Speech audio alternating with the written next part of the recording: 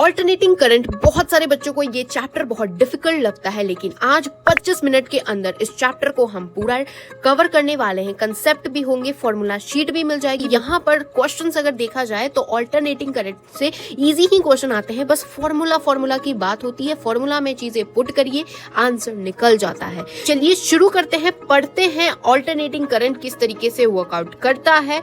And more over इतने प्यारे प्यारे नोट्स बिल्कुल फ्री ऑफ कॉस्ट मेरे टेलीग्राम चैनल पे आपको मिल जाएंगे, तो गो चेक इट आउट। चलिए शुरू करते हैं। अभी दीदी पढ़ाई में लगे अब सब इजी। अभी दीदी तैयारी हो ऐसी कि हो सक्सेस स्पीडी। तो चलिए एसी यानी आपका ऑल्टरनेटिंग करंट चैप्टर शुरू करते हैं, जिसमें सबसे पहले इसको ऑल्टरनेटिंग करंट को कुछ इस सिंबल से हम लोग डिनोट करते हैं, ठीक है। अब यहाँ पर आपको लगेगा कि एसी और डीसी में डिफरेंस क्या है। सबसे पहली बात अगर मैं बोलूँ तो एसी जो होता है वो अपनी डायरेक्शन वैरी करता है, और जैसा नाम कह रहा है ऑल्टरनेट कर रहा है। कभी ये पॉजिटिव जा रहा है, फिर ये नेगेटिव जा रहा है, फिर पॉजिटिव जा रहा है, फिर नेगेटिव जा रहा है। लेकिन अगर आप डीसी के केस में देखेंगे ना, तो डीसी की फ्रीक्वेंसी 0 होती है, यानी ये डायरेक्शन चेंज नहीं करता है। आप देखिए जो है जैसे भी है, डायरेक्शन नहीं चेंज कर रहा है। ये नहीं हो रहा है कि ये पहले ऊपर जा रहा है फिर नेगेटिव में चला जा रहा है, नहीं, जो है पॉजिटिव में है तो पॉजिटिव में ही रह जा रहा है। तो डीसी की फ्रीक्वेंसी 0 होती है, लेकिन जो आपका ऑल्टरनेटिंग करंट होता है उसकी कुछ फ्रीक्वेंसी होती है जो कि कभी पॉजिटिव जाती है, कभी नेगेटिव जाती है। पॉजिटिव नेगेटिव अपनी डायरेक्शन चेंज करती रहती है। This is the main difference between alternating current and your direct current. जहां सबसे पहले आप इस तरीके के ग्राफ आपने देखे होंगे, जिसमें एसी जो होता है वो बेसिकली साइनोसॉइडल वेव होता है, वो मैं आपको आगे बताने वाली हूँ। उससे पहले if you see here, AC जो होता है ना, बेसिकली इस तरीके से इसका ग्राफ बनता है, जिसमें जो आपका करंट और टाइम का ग्राफ होता है, और इसमें जो आपका टाइम पीरियड होता है वो इस पॉइंट से शुरू के इस पॉइंट, यानी इतनी दूर जो होता है वो आपका टाइम पीरियड कहलाता है। अब इस पॉइंट पे अगर आप देखेंगे तो ये है आपका एक पीक वैल्यू, और यहाँ नेगेटिव में पीक वैल्यू है। ये वाली जो वैल्यू है ये पॉजिटिव में पीक वैल्यू है, और ये वाली नेगेटिव में पीक वैल्यू है। तो ये क्या है आपका आई नॉट इसको कहते हैं, और इसको ये वाले पॉइंट को माइनस आई नॉट कहते हैं। इतना समझ आ गया। अब बात करते हैं, दो फॉर्मूला है जो याद रखिएगा, आगे आपको बहुत हेल्प करने वाली है। सबसे पहले V यानी आपका वोल्टेज कितना है, वो होता है V not sine omega T होता है। V नॉट यानी कि आपका पीक वोल्टेज। ओके, नाउ अगर V नॉट निकालना है AC जनरेटर के केस में, ये वाला फॉर्मूला बेसिकली यूज होता है। V not is equal to NBA omega होता है, और ओमेगा क्या होता है, 2 पाई न्यू होता है आपका ओमेगा। तो V नॉट क्या है, पीक वोल्टेज है। V क्या है, आपका फ्रीक्वेंसी है जो कि हर्ट्ज में लेते हैं। एंगुलर फ्रीक्वेंसी ओमेगा होती है जो हम यहाँ ले रहे हैं, और टाइम पीरियड क्या है आपका सेकंड में लिया जाता है। अब थोड़ा सा AC जनरेटर बता देती हूँ, जो कि बेसिकली मैकेनिकल एनर्जी को इलेक्ट्रिकल एनर्जी में चेंज करता है। ये EMI के प्रिंसिपल पे वर्क करता है। तो EMI वाले चैप्टर में इसको डिटेल में पढ़ना रहता है, कैसे हाउ इट वर्क्स। अभी के लिए बस बेसिक बता देती हूँ कि इसमें जो फाई होता है वो होता है B डॉट A वेक्टर होता है, और जो फाई होता है उसको फिर आगे ना BA cos थीटा लिख सकते हैं। B क्या है, A क्या है, ये EMI चैप्टर में और डिटेल में पढ़ना रहता है, ठीक है। अब आगे बात करते हैं। अब बात करेंगे हम लोग फेज डिफरेंस क्या होता है। तो अभी मैंने आपको बताया कि जो वोल्टेज होता है वो होता है V not sine omega T होता है, ठीक है। अब वोल्टेज तो हमें पता चल गया। करंट की बात की जाए तो करंट होता है current I is equal to I not sine omega t plus 5 का मतलब क्या हुआ यहाँ, आप ध्यान से देखिए तो V not I not sine omega t plus में 5 एक्स्ट्रा आ रहा है आपके करंट के केस में। इसका मतलब ये हुआ कि जितना ये है वोल्टेज से एक 5 एक्स्ट्रा है, यानी कि आपका करंट वोल्टेज से एक कदम आगे है, ऐसा समझ लीजिए। यानी करंट जो है वो कुछ 5 से वोल्टेज को लीड कर रहा है। यानी कि अगर आप फेजर डायग्राम में देखेंगे, आप यहाँ देख सकते हैं, अगर पीक वोल्टेज ये है और आपका आई नॉट यानी पीक करंट ये है, जिसमें इसके बीच में कुछ 5 का डिफरेंस है। ये इससे आगे है, यानी कितने से आगे है, 5 से आगे है, ठीक है। अब फ्रीक्वेंसी की बात की जाए तो फ्रीक्वेंसी हमारे घर में 50 हर्ट्ज की फ्रीक्वेंसी आती है। एसी क्या, मैं फिर से बता रही हूँ, ये अपनी डायरेक्शन चेंज कर रहा है। तो फ्रीक्वेंसी का मतलब क्या हुआ, 50 हर्ट्ज का मतलब क्या हुआ कि ये अपनी डायरेक्शन 100 टाइम्स चेंज करता है। अगर यूएसए की बात की जाए तो 60 हर्ट्ज का होता है वहां पर, ठीक है। अब यहाँ पर एक इंपॉर्टेंट चीज है कि इंस्टेंटेनियस और एवरेज वैल्यू कैसे फाइंड आउट करते हैं। सबसे पहले अगर वोल्टेज की बात की जाए, जिसको EMF से हम लोग डिनोट करें, तो E ऐसे में डिनोट करूंगी, तो वोल्टेज क्या होता है, E is equal to E not sine sine omega t. और करंट क्या होता है, I is equal to I not sine omega t plus phi. अभी मैंने आपको बताया है कि करंट जो होता है वो फेज डिफरेंस, फाई क्या है आपका बेसिकली यहाँ करंट जो है वो वोल्टेज से फाई से आगे है, ठीक है। यहाँ ई नॉट और आई नॉट क्या है, पीक वैल्यूज है, ठीक है। अब एवरेज वैल्यू की बात की जाए तो एवरेज वैल्यू के लिए अगर आप देखेंगे कि फुल साइकिल एक होती है half cycle. Full cycle half cycle क्या आप यहाँ देख सकते हैं, यहाँ से चीज़ें शुरू हुई हैं, ये हुआ आपका हाफ साइकिल। जब ये वापस से उस पॉइंट पे पहुंचेगा जिस पॉइंट से शुरुआत हुई है, देखिए यहाँ से शुरुआत हुई है तो नेक्स्ट ये वाला पॉइंट है, यानी ये जो होगा ये फुल साइकिल कहलाएगा। अगर मैं दूसरे डायग्राम से दिखाऊं जिसमें ऐसे वाला आपका देखेंगे तो इसमें फुल साइकिल किसको कहेंगे, फुल साइकिल अगर यहाँ से शुरू हुआ है तो पहुँच के जब ये यहाँ पहुँचेगा इसको फुल साइकिल कहेंगे। फिर ये दूसरा साइकिल शुरू होगा जो यहाँ पहुँचेगा। और अगर हाफ साइकिल की इसके केस में बात की जाए तो यहाँ से शुरू होकर अगर यहीं तक है तो ये हाफ साइकिल है, फिर यहाँ से यहाँ हाफ साइकिल है, ठीक है। तो हाफ साइकिल और फुल साइकिल आपको समझ आ गया। तो उससे पहले एक इंपॉर्टेंट फॉर्मूला ये है कि आई एवरेज को हम लोग कैसे लिखते हैं, आई को ऐसे इस तरीके में लिखते हैं। अगर आपको कुछ भी ऐसे में दिख रहा है इसका मतलब है आप एवरेज निकाल रहे हैं। आई को ऐसे में आपने बंद कर रखा है तो इसका मतलब है आपको एवरेज निकालना है। एवरेज कैसे निकलता है, यहाँ इंटीग्रेशन का यूज होता है। Integration I D T by delta T होता है, जिसमें ये 0 से टाइम टी तक का होता है, यानी कि एरिया अपॉन में डेल्टा टी बेसिकली आपका आई एवरेज होता है। अब यहाँ पर आपका जो फुल साइकिल होता है उसमें साइन ओमेगा टी जो होता है उसका एवरेज अगर आप निकालेंगे तो 0 आता है और कॉस ओमेगा टी का 0 आता है। क्यों आता है, ऑब्वियसली अगर आप देखेंगे, अगर मैं यहाँ ग्राफ बना के आपको दिखाऊं तो कुछ इस तरीके से आपका एसी करंट होता है, ठीक है। अब यहाँ पर जितना पॉजिटिव में है उतना ही तो नेगेटिव में होता है, यानी ये पॉजिटिव है तो ये नेगेटिव है, दोनों एक दूसरे को कैंसिल कर देते हैं तो एवरेज जो होता है वो 0 ऑब्वियसली आता है। कॉस के केस में भी 0 ही आता है। लेकिन अगर हम लोग हाफ साइकिल के लिए देखेंगे तो साइन स्क्वायर ओमेगा टी जो होगा वो हाफ होता है और cos square omega T half होता है। हाफ साइकिल का मतलब क्या हुआ, यहाँ से शुरू हुआ और हम यहीं तक देख रहे हैं, पूरा साइकिल कंप्लीट नहीं कर रहे हैं, तो इसमें क्या होता है आपका कुछ वैल्यू निकलती है, दैट इज हाफ आपकी वैल्यू निकलती है।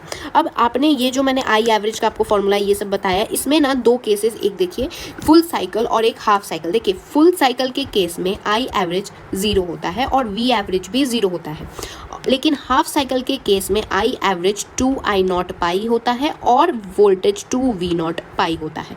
इतना समझ आ गया। तो अब हम लोग शुरू करते हैं, आपका RMS वैल्यू क्या होता है। देखिए RMS वैल्यू है जिसको इफेक्टिव वैल्यू भी कहते हैं। ये होता क्या है, जो कह रहा है, देखिए RMS का फुल फॉर्म होता है रूट मीन स्क्वायर। इसका मतलब ये हुआ कि हमें करंट को नथिंग बट क्या करना है, पहले तो करंट का हमने ले लिया स्क्वायर, उसको लगा देंगे एवरेज और उसका ले लेंगे रूट, तो इसी को कहते हैं IRMS की वैल्यू आ जाती है, जो कि आपका जो पीक करंट होता है उसका डिवाइडेड बाय √2 होता है, वही होता है आपका IRMS। और वही अगर कोई बोले VRMS क्या होता है, तो VRMS भी नथिंग बट आपका V नॉट बाय √2 होता है। तो IRMS is I not by √2 और VRMS is V not by √2, उसी को इधर सब्स्टिट्यूट करके इधर मैंने लिख रखा है। तो ये आपको समझ आ गया कैसे RMS वैल्यू निकलती है। अब तो यहाँ 3D रिप्रेजेंटेशन भी गिवन है और ये बस आपको ये जो आप दो फॉर्मूलाज देख रहे हैं ये याद कर लीजिए, IRMS is equal to I not by √2 और VRMS is equal to V not by √2। क्यों? क्योंकि आपका जो क्वेश्चन आता है, क्वेश्चन में जब तक मेंशन ना हो आपका जो EMF और जो करंट होता है, यानी आपका वोल्टेज और जो करंट होता है I, वो हमेशा ही RMS वैल्यू आपके क्वेश्चन में गिवन होती है। यानी कि अगर आपके क्वेश्चन में गिवन है कि किसी सर्किट में 20 एम्पियर करंट है, तो इसका मतलब है वो उसका 20 एम्पियर उसकी RMS वैल्यू है। अगर आपको I नॉट उसका निकालना रहेगा तो आपको इस फॉर्मूला में पुट करके आपको निकालना पड़ेगा। तो याद रखिएगा क्वेश्चन में हमेशा RMS वैल्यू ही गिवन होती है, अनटिल मेंशन्ड बता के अगर बोल रहा है कि हमने I नॉट वैल्यू दे रखी है, then you have to take that. अगर नहीं मेंशन्ड है तो RMS वैल्यू गिवन होती है। अब IRMS का एक और ये याद रखिए, अब यहाँ पर IRMS को आप ऐसे भी लिख सकते हैं 0.707 I नॉट, या VRMS को क्या लिख सकते हैं 0.707 V नॉट लिख सकते हैं। VRMS जो होता है वो 220 वोल्ट हमारे घर में होता है, ये याद हो गया। चलिए अब आगे बात करते हैं, which is more dangerous, 220 volt DC या 220 वोल्ट AC। देखिए DC के केस में सिंपल है भाई, DC कांस्टेंट होता है, लेकिन AC तो अपना डायरेक्शन चेंज करता है और जो आपकी वैल्यू AC की गिवन है वो तो मैंने अभी आपको बताया, अनटिल एंड अनलेस उसने मेंशन नहीं कर रखा है आपको हमेशा ही RMS वैल्यू गिवन होती है। इसका मतलब ये जो 220 वोल्ट गिवन है वो VRMS की वैल्यू है, यानी कि रूट मीन स्क्वायर करके, यानी इसका कुछ पीक वोल्टेज दूसरा है। और पीक वोल्टेज कैसे निकलता है, वो निकलता है आपका ये वाले फॉर्मूला से, VRMS is equal to V not by √2। तो V not is equal to 220 √2 से इंटू करेंगे तो अप्रॉक्सीमेटली 311 वोल्ट आता है। इसका मतलब बेसिकली अगर मैं सिंपल में बोलूँ तो AC ज़्यादा डेंजरस है, इसीलिए क्योंकि इसकी ये जो वैल्यू है ये RMS वैल्यू है, इसकी पीक वैल्यू तो कुछ और ही है, इसीलिए ये ज़्यादा डेंजरस है। अब बात करते हैं AC का मेजरमेंट कैसे होता है। देखिए, नॉर्मल एमीटर AC को मेजर नहीं कर सकता है, सिर्फ DC को मेजर कर सकता है, क्योंकि DC अपना डायरेक्शन चेंज नहीं करता है। AC क्योंकि अपना डायरेक्शन चेंज करता है, तो एमीटर क्या होगा, उसकी जो निडल होगी कभी इधर मूव करेगी, जैसे ही ये पॉजिटिव में जाएगा, फिर जब ये नेगेटिव में जाएगा तो इधर मूव करेगी, मतलब ये ऐसे ऐसे ऐसे ऐसे डिफ्लेक्ट होती रहेगी, क्योंकि AC हर बार अपनी डायरेक्शन तो चेंज कर रहा है, इसलिए नॉर्मल एमीटर AC को मेजर नहीं कर सकता है। अब ये इंपॉर्टेंट चीज़ याद रखिए, क्योंकि अभी हम आगे पढ़ने वाले हैं pure resistive circuit, pure capacitive circuit, pure inductive circuit. अब रेजिस्टिव पर कैपेसिटिव और इंडक्टिव का मतलब क्या हुआ। रेजिस्टिव का मतलब आपने रेजिस्टर लगाया है, तो रेजिस्टर तो आपको पता होगा, क्लास 10th में भी आप पढ़ के आते हैं, जिसको सिंबल ऐसे करके देते हैं, ठीक है। अब बात करते हैं कैपेसिटर। कैपेसिटर ऐसा सिंबल होता है, बैटरी का सिंबल अलग होता है भाई, बैटरी का एक बड़ा होता है फिर एक छोटा होता है, ऐसे होता है, ये आपका कैपेसिटर का सिंबल होता है। कैपेसिटर का काम होता है एनर्जी को इलेक्ट्रिक फील्ड के रूप में स्टोर करना, और इंडक्टर होता है, इंडक्टर का काम होता है आपको एनर्जी को मैग्नेटिक फील्ड के रूप में स्टोर करना। और ये जो माइक्रो देख रहे हैं ये 10⁻⁻⁶ होता है, क्वेश्चन सॉल्विंग में काम आएगा। चलिए अब डिटेल में पढ़ते हैं कि हमने क्या किया ना, सर्किट में सबसे पहले खाली रजिस्टर लगाया, दूसरे केस में सर्किट में हमने सिर्फ कैपेसिटर लगाया, तीसरे केस में हमने सर्किट में सिर्फ इंडक्टर लगाया। तो क्या क्या केस होगा, उसके बाद हम लोग LCR सर्किट बना देंगे, यानी रेजिस्टर, इंडक्टर और कैपेसिटर को साथ में सर्किट में लगा देंगे। पहले इंडिविजुअली लगाएंगे, यानी अकेले लगाएंगे तीनों को अलग अलग, फिर एक बार केस कौन सा लेंगे, दोनों तीनों को साथ में लेंगे, LCR सर्किट, जिसके पक्का क्वेश्चंस आते हैं। प्योर रेजिस्टिव सर्किट लिया हमने एक सर्किट में सिर्फ रेजिस्टर लगा दिया। उस केस में क्या देखा जाता है कि जो आपका वोल्टेज और जो आपका करंट होता है, दोनों के बीच में फाई जो होता है वो 0 होता है, यानी दोनों में कोई फेज डिफरेंस नहीं होता है, यानी कि जिस पॉइंट पे आपका वोल्टेज का मैक्सिमम आता है उसी पॉइंट पे आपका करंट भी मैक्सिमम होता है। यानी आप यहाँ देख सकते हैं खुद कि यहाँ देखिए, इस पॉइंट पे आपका वोल्टेज मैक्सिमम गया तो इस पॉइंट पे आपका करंट भी मैक्सिमम गया, इस पॉइंट पे आपका वोल्टेज मिनिमम गया तो इसी पॉइंट पे आपका करंट भी मिनिमम गया। अब इस पॉइंट पे जब आपका वोल्टेज जो था नेगेटिव में मैक्सिमम गया तो करंट भी आपका नेगेटिव में मैक्सिमम गया, यानी इसके बीच में वोल्टेज और करंट के बीच में कोई फेज डिफरेंस नहीं है, ठीक है। अब इसमें अगर आपको पीक I0 यानी कि आपका पीक करंट की वैल्यू चाहिए तो वो आपको V0/R करते हैं, जो कि ऑब्वियसली ओम्स लॉ है, V = IR वाला ही फॉर्मूला है, ठीक है। अब बात करते हैं हम लोग प्योर कैपेसिटिव सर्किट की, यानी हमने एक सर्किट लिया, कैपेसिटर लगा दिया, उसमें क्या होता है, उसमें V0 और जो I0 होता है वो जो आता है, I0 जो होता है वो वोल्टेज को 90 डिग्री, π/2 का मतलब होता है 90 डिग्री से लीड करता है।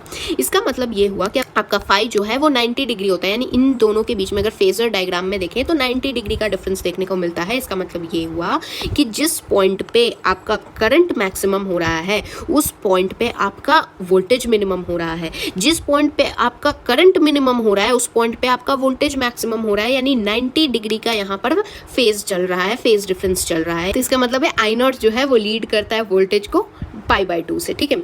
अब जैसे हमने रेजिस्टिव वाले के केस में I0 की वैल्यू निकाली थी, वैसे ही यहाँ पर भी आप I0 की वैल्यू निकाल सकते हैं, लेकिन यहाँ जो R था इसमें R की जगह XC लगता है। XC का मतलब होता है कैपेसिटिव रिएक्टेंस, जो होता है 1/ωc, और ओमेगा क्या होता है आपका 2π होता है, ये आपको पता है। तो ये क्या है आपका, इसका यूनिट क्या होता है, ओम होता है। तो देखिए, रेजिस्टिव के केस में I0 निकालने के लिए आपको V0/R करना था, कैपेसिटिव के केस में I0 निकालने के लिए V0/XC करेंगे, जिसका ये फॉर्मूला है। चलिए अब आगे बात करते हैं, प्योर इंडक्टिव सर्किट ले लिया, यानी आपने सर्किट लिया और उसमें सिर्फ इंडक्टर लगा दिया, तो क्या होता है, इसमें जो फेज डिफरेंस आता है वो -π/2 यानी कि -90 डिग्री का आता है। इसका मतलब ये हुआ कि अगर आप कैपेसिटिव के केस में देखेंगे तो जो आपका I0 था वो वोल्टेज से आगे था, लेकिन इसमें I0 पीछे रह गया, वोल्टेज ही आगे चला गया, यानी कि I जो है वो लैग करता है वोल्टेज, यानी कि ये पीछे ही रह गया, इसमें वोल्टेज आगे है।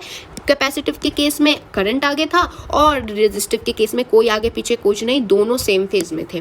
तो ये हो गया आपका इंडक्टिव सर्किट। और इसका अगर आपको I0 निकालना है तो इसके लिए V0/R किया था, इसके लिए I0 = V0/XC है, इसके लिए I0 = V0/XL है। XL क्या होता है, ω/L होता है, ठीक है। तो ये हो गया आपके तीनों। एक बार समरी दे देती हूँ, ये चार्ट देख लीजिए, इसमें पूरी समरी आपको देखने को मिल जाएगी। अगर आपको R, C और L यानी कि रेजिस्टिव, कैपेसिटिव और इंडक्टिव सर्किट प्योर का केस की बात करें तो रेजिस्टिव में V = V0 sin ωt, तीनों के लिए सेम होता है। यहाँ पर अगर I की बात की जाए तो I = I0 sin ωt, इसमें बात की जाए तो I = I0 cos ωt, और L के लिए I = -I0 cos ωt होता है। अब बात करते हैं पी एवरेज कैसे निकलेगा। तो पी एवरेज इसमें निकलता है V not I not by 2, यानी कि बेसिकली ये होता है V R M S into I R M S जो होता है वो आपका पी एवरेज होता है। अगर आपने करंट इलेक्ट्रिसिटी पढ़ा होगा तो V I is equal to P होता है, यानी पावर होता है वोल्टेज इनटू में करंट। तो वही सेम है, बस वोल्टेज आरएमएस और करंट भी आरएमएस लेंगे तो आपको पी एवरेज प्योर रेजिस्टिव के केस में मिल जाएगा। अगर आप कैपेसिटिव के केस में देखेंगे तो पी पावर एवरेज 0 होता है और यहाँ पर भी पावर एवरेज 0 होता है। ये वाला मैंने आपको आई नॉट की वैल्यू बता दी थी। आई नॉट के लिए तीनों के लिए क्या होता है, इसमें आर से डिवाइड करते हैं, इसमें एक्स सी से करते हैं और इसमें एक्स एल से करते हैं। अगर आई आर एम एस निकालना रहे तो इसमें क्या होता है, V R M S by R करते हैं, इसके केस में V R M S by X C करेंगे और इसके केस में V R M S by X L करेंगे, जो कि बेसिकली एक्स सी का ये होता है फॉर्मूला और एक्स एल का ये फॉर्मूला होता है। दैट्स इट, यही हो गया आपका प्योरली की बात करेंगे। अब बात करेंगे हम किसकी, LCR सर्किट, यानी जो हमने ये तीन अलग अलग पढ़े ना, अब साथ में अगर एक सर्किट में लगा दे तो क्या होगा। देखिए LCR सर्किट के केस में देखिए तो कुछ आपका V नॉट आपने दिया, इसके अक्रॉस क्या जाएगा, I नॉट जाएगा और यहाँ पर कोई और वोल्टेज होगा, यहाँ कोई और V नॉट होगा, यहाँ कोई और V नॉट होगा। तो देखिए ये रजिस्टर के लिए V नॉट हो गया, ये वाला क्या हो गया आपके इंडक्टर के लिए V नॉट हो गया और ये आपके कैपेसिटर के लिए V नॉट हो गया। इतना समझ आ गया। अब according to Kirchhoff law you will say कि यहाँ पर जो ये वाला V नॉट होगा वो इसके अक्रॉस V नॉट, इसके अक्रॉस V नॉट और इसके अक्रॉस V नॉट के बराबर होगा, लेकिन ऐसा होता नहीं है क्योंकि इन सब के पीक डिफरेंट टाइम्स पे अकर करते हैं। इसका एक्चुअल फॉर्मूला जो आप ये देख रहे हैं ऐसा नहीं होता है, ऐसा होता है। इसमें ना अगर मैं फेजर डायग्राम पहले बताती हूँ, देखिए हम क्या लेंगे, एक लेंगे I नॉट, ये है आपका लाइन I नॉट का लाइन, ठीक है। अब हम यहाँ से तो जानते हैं कि जो आपका प्योर रेजिस्टिव सर्किट होता है उसमें वोल्टेज और करंट के बीच में कोई भी फेज डिफरेंस नहीं होता है, यानी कि जो I नॉट है उसी के ऊपर रेजिस्टिव वाले का वोल्टेज है, ठीक है। V नॉट ये रेजिस्टिव का V नॉट है और इंडक्टिव का जो V नॉट होता है वो आपके I नॉट से क्या होता है, 90 डिग्री से लीड करता है और कंडक्टिव के लिए 90 डिग्री से लैग करता है। तो ये हो गया आपका फेजर डायग्राम। अगर आप ध्यान से देखेंगे तो ये वाली और ये वाली लाइन आपस में एक दूसरे को कट करिए, लेकिन इसमें 3 केसेस आते हैं। ये आगे बताती हूँ, अभी के लिए बस इतना समझिए। मान लीजिए ये 4 है, ये आपका 2 है, तो 4 - 2 तो बचेगा यहाँ पर 2। तो इस तरीके से आपको बचेगा जो कि आपका कंडक्टिव का V नॉट माइनस इंडक्टिव का V नॉट बन के ये। अब यहाँ पर क्या आपका रेजिस्टिव का V नॉट है, तो ये रेजिस्टिव का V नॉट, ये हो गया कंडक्टिव माइनस इंडक्टिव का V नॉट और आप जब इसका वेक्टर करके आप निकालेंगे तो आपको फाइनल V नॉट निकलेगा और इसके बीच में फाई एंगल होगा। इतना समझ आ गया। इसका मतलब ये हुआ कि आपका जो V नॉट का स्क्वायर है वो होगा V नॉट रेजिस्टिव के V नॉट का स्क्वायर प्लस कंडक्टिव के V नॉट माइनस इंडक्टिव के V नॉट का होल स्क्वायर आप प्लस कर देंगे रेजिस्टिव के V नॉट के स्क्वायर से, तो आपका V नॉट का स्क्वायर आ जाएगा। अब अगर कोई बोले कि I नॉट क्या है, कैसे निकालेंगे, तो I नॉट के लिए कुछ नहीं करना है, V नॉट बाई Z करना है। Z होता है इम्पिडेंस जो ओम होता है और Z का फॉर्मूला होता है अंडर रूट का R स्क्वायर प्लस में XC माइनस XL का स्क्वायर, ठीक है। अब यहाँ पर अगर कोई बोले कि tan थीटा क्या होता है, तो वो XC minus XL by R होता है tan theta, okay. Power factor क्या होता है, cos phi is equal to R by Z होता है, जो कि इम्पिडेंस होता है, जिसका फॉर्मूला ये होता है। ये फॉर्मूला याद कर लीजिए, डायरेक्ट क्वेश्चन आएंगे, ठीक है। अब आगे बात करते हैं हम लोग। वी नो डैट कि जो आपका ओमेगा नॉट यानी रेजोनेंट फ्रीक्वेंसी होता है वो 1 बाई अंडर रूट का LC होता है। अगर ओमेगा नॉट के बराबर है, इसका मतलब है XL XC के बराबर है। अगर ओमेगा बड़ा है ओमेगा नॉट से यानी XL बड़ा है XC से, और अगर ओमेगा छोटा है ओमेगा नॉट से तो जो XL है वो छोटा है XC से।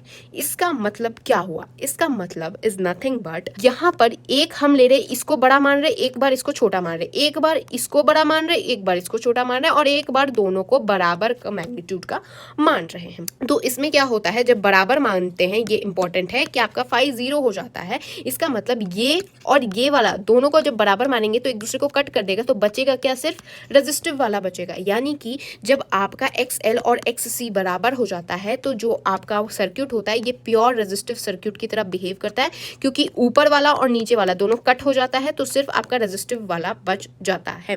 इसमें जो Z मिनिमम होता है वो R के बराबर होता है और I नॉट मैक्स जो होता है वो V नॉट बाई R होता है। अब यहाँ देखिए ओमेगा जो है वो बड़ा है ओमेगा नॉट से, इसका मतलब क्या हुआ, आपका जो इंडक्टर वाला है वो ज्यादा ताकतवर है आपके कैपेसिटर वाले से। यानी कि क्या होगा, ये ज्यादा ताकतवर है ये कम ताकतवर है, तो क्या होगा यहाँ पर आपका जो फाइनल आएगा वो क्या होगा, I नॉट से लीड कर रहा होगा। वोल्टेज जो फाइनल आएगा वो I नॉट से लीड कर रहा होगा, यानी आपका जो फाई होगा वो नेगेटिव होगा, ठीक है। और यहाँ पर अगर ओमेगा कम है वी नॉट से तो क्या होगा, इसका मतलब हुआ कि आपका कैपेसिटर वाला डोमिनेट कर रहा है, तो क्या होगा, वही वाला केस जो अभी हमने डिस्कस किया है, आपका लैग कर रहा होगा आई नॉट से, वी नॉट लैग कर रहा होगा और जो फाई होगा वो पॉजिटिव होगा, ठीक है। तो this is the case, 3 case मैंने लेके दिखाया जहां पर अगर दोनों की ताकत बराबर हुई, अगर एक की ज्यादा हुई एक की कम हुई, अगर इसकी ज्यादा हुई और एक बार इसकी कम हुई, तब केसेस लेके हमने देख लिए हैं। इससे क्या पता चलता है कि अगर आप ओमेगा बढ़ाएंगे तो XL भी बढ़ता है, लेकिन क्या होता है XC घट जाता है, और अगर आप ओमेगा घटाएंगे तो XL भी घटेगा तो XC बढ़ जाता है। बात करते हैं वॉट फुल करंट क्या होता है। देखिए एवरेज पावर बात करी जाए तो आई स्क्वायर, जो आई RMS का स्क्वायर R होता है, और आई RMS का स्क्वायर R को और कैसे लिख सकते हैं, V RMS R I RMS cos phi लिख सकते हैं। इसमें से जो I RMS cos phi होता है इसको वॉट फुल करंट कहते हैं, जो कि क्या होता है वो आगे बताती हूँ, ठीक है। इस पॉइंट पे P जो होता है is not equal to V RMS का स्क्वायर बाई R। यहाँ पर I RMS की क्या एक और फॉर्मूला है, V RMS बाई Z होता है, ठीक है। ये फॉर्मूला याद करना है बिकॉज इसी से बेस्ड क्वेश्चन आते हैं। अब ये कंसेप्ट है वॉटलेस और आइडल करंट क्या होता है। सबसे पहली बात, जो आपका I RMS होता है, अगर हम इसके 2 कंपोनेंट्स लेते हैं, एक होता है I RMS sin phi और दूसरा कंपोनेंट होगा I RMS cos phi, ठीक है। इसमें से ये क्या है, आपका phi है, ठीक है। यहाँ पर जो आपका वॉट फुल करंट एक होता है, एक वॉटलेस करंट होता है। ये वाला जो है ना, ये वॉटलेस करंट है, और ये वाला वॉट फुल करंट इसीलिए है, ये वाला जो आप पर्पल लाइन देख रहे हैं, क्योंकि ये जो है वो V RMS के साथ है। जो करंट V RMS के साथ है वो वॉट फुल करंट है, और जो V RMS के किसी के साथ नहीं है तो ये वॉटलेस करंट होता है। कॉस फाई कैसे निकालते हैं, R/Z करके निकालते हैं। अब फॉर रेजोनेंस या प्योरली रिएक्टिव सर्किट के लिए जो फाई होता है वो 0 होता है, पावर फैक्टर 1 होता है। और प्योरली रिएक्टिव सर्किट के लिए, यानी कि अगर आपने L या C में से कोई ले रखा है तो पावर 0 होता है, पावर फैक्टर कॉस फाई होता है जो 0 होता है।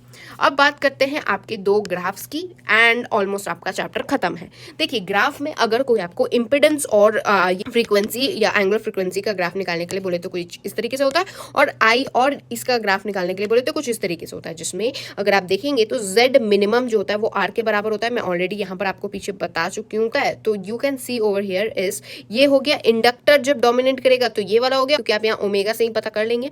और ये पॉइंट क्या है, आपका Z मिनिमम यानी R वाली वैल्यू है, जहां पर ओमेगा जो है वो ओमेगा नॉट के बराबर है। इतना समझ आ गया। अब आगे बढ़ते हैं, आगे बात करते हैं ये किसके ग्राफ है, करंट के साथ। अगर तो देखिए आई मैक्सिमम क्या होता है, V नॉट बाई R होता है। इस पॉइंट पे आई मैक्सिमम होगा क्योंकि यहाँ V ओमेगा बराबर है ओमेगा नॉट के। अगर ओमेगा छोटा रहा ओमेगा नॉट से तो क्या हो गया, कैपेसिटिव वाले का केस हो गया तो ये होगा, और इस तरफ इंडक्टिव वाले का केस हो गया, ठीक है। तो ये हो गए आपके 2 ग्राफ्स। अब बात करते हैं लास्ट टॉपिक, आपके ट्रांसफॉर्मर क्या होता है। इसमें बस आपको फॉर्मूला याद करना है, डायरेक्ट फॉर्मूला भी आपको पुट करने के लिए कहेगा।